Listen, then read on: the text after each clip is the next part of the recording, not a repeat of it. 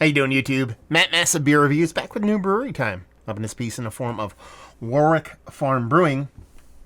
Yeah, it's part of the workshop series. Does not say what beer this is, but I assure you, I know what it is. And it's their Czech dark lager.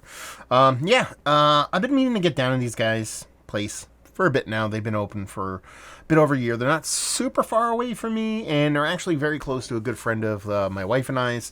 So we typically get down that area semi-regularly, but COVID happened. But we're getting close to Christmas, and my the wife's friend works at a farm that was about 15 minutes away from this place, and we wanted to go down there and pick up some Christmas stuff. So here we are. This is actually, like I said, it's their Czech dark lager. Czech dark lager is basically just, it's not necessarily going to be a Schwarz beer, big and roasty and stuff like that, but it's going to be a little bit softer, a little bit, a little floral, maybe something along those lines. At least that's what it typically is. So we'll see how the sucker goes. Crack this open. Label-wise, it's part of that, like I said, their workshop series, so it's gonna basically have a bunch of generic stuff on there. How they kind of let you know what beer it is the 4-pack holder it's attached to. There's a little marking on there. And they say the workshop series is our way of exploring new recipes and brewing approaches. The batch numbers and ABV are listed on the 4-pack carrier sticker. More info about this batch can be found on our website. Yeah, there you go. Good stylings. And what do you have there? Yeah, definitely looks the part of a dark beer. You know, it definitely isn't reaching that kind of stout level of darkness, or even maybe a little bit of porter vibes, but it has this rich darkness to it, kind of like just north of khaki, getting close to malt ball colored head to it. It's kind of rocky, not too big, so it's kind of got a nice lager head to it. But yeah, pretty beer. Clear. I know you can't tell on camera, but it's clear, so let's get a whiff. I get a decent amount of chocolate off of this beer, actually. I'm not getting like any kind of like funky kind of lager yeasty vibes on it. More of it's just like a soft cocoa, a little bit of powdered cocoa. Like there's a little bit of milk, not milk sugar, like milk chocolatey cocoa kind of thing going on. Maybe a little bit of roasted malts, but nothing too over the top. And that'd be it. Done and done. I don't know what the ABV on this beer is, but you're talking about Czech lager, the dark version. I want to probably say it's in the mid... Glasses are rumbling.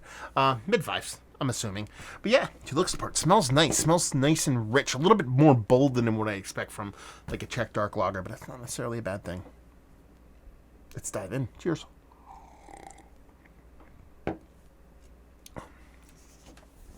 Yeah, very chocolatey. It has a nice bittering punch to it. It does kind of tiptoe its way towards a little bit of Schwarz beer territory. It doesn't get that roasty, though. It's more chocolate than roasty, even though there is a bittering, both from a hops and I believe a roast component, but it's nice. I mean, it drinks infinitely clean. It's what you want from a lager. And there's really nothing there as far as negativity goes. Now I'm thinking, ABV on this. If this is sub 5, then I'm the happiest of all campers. Even if it's mid-5s, that's fine. This is exactly what I want to drink this time of year. I'm not necessarily like a stout winter season IPA or lighter lagers, stuff like that during the summer seasons, but I can lean in those directions. And I didn't want a little bit of roast in my life, but without the huge ABV on it. And again, not that Czech dark lagers typically have a big roasty bittering component. This does fit that bill. Ends up being super drinkable, super chuggable as you want lagers to be, like I said. I dig the way it's presented in that soft kind of cocoa powdery thing. It's less milk chocolate in the taste than it was on the nose, but it's still definitely there. And like I said, that marrying between the hops and that roast of the malt is pretty. I mean, this is a fun beer. You know what I mean? This is the kind of stuff that, you know, I've talked about this ad nauseum previously, is that, you know, more often than not, you know, if you go into a brewery for the first time, I want to try their base beer. I want to try their pale ale. I want to try I picked up a couple more beers from these guys. I picked up a hazy, so that'll definitely go up with some of these guys' beers. But the other one was the Oktoberfest. And I was going to pick up the brown ale. I forgot why I didn't pick it up. I wanted to pick it up. I didn't pick it up. You know, you're talking about a dark Czech lager. That's about as kind of simple, for the lack of a better word, not in a negative way, but in a positive way, that you want to do. You want to go into those kind of beers. I equate it to the plain slice of pizza.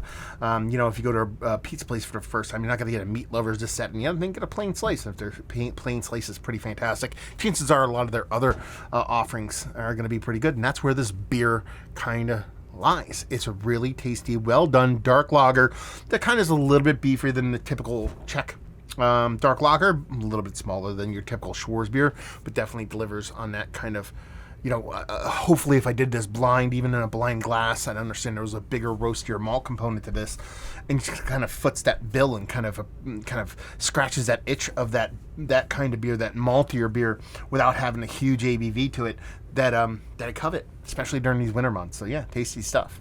Let's talk about it. Is this one of the better Czech dark lagers that I've had as of late? It defaults to number one because I don't remember the last time I've had one nor reviewed one. So let's widen the berth here. Is this one of the better dark lagers I've had? Schwarzbier.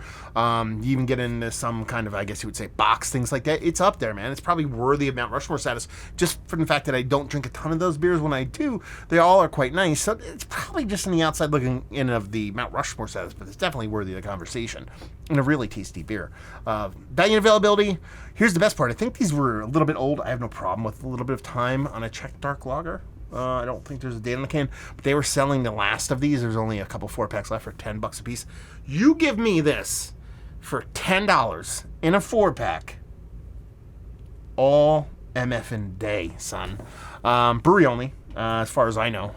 And it's obviously it's COVID times in PA. There's really nothing going on right now until the new year as far as sitting around and drinking, as it should be. But they're building a tap room, and it looks like it's going to be a really pretty kind of tap room.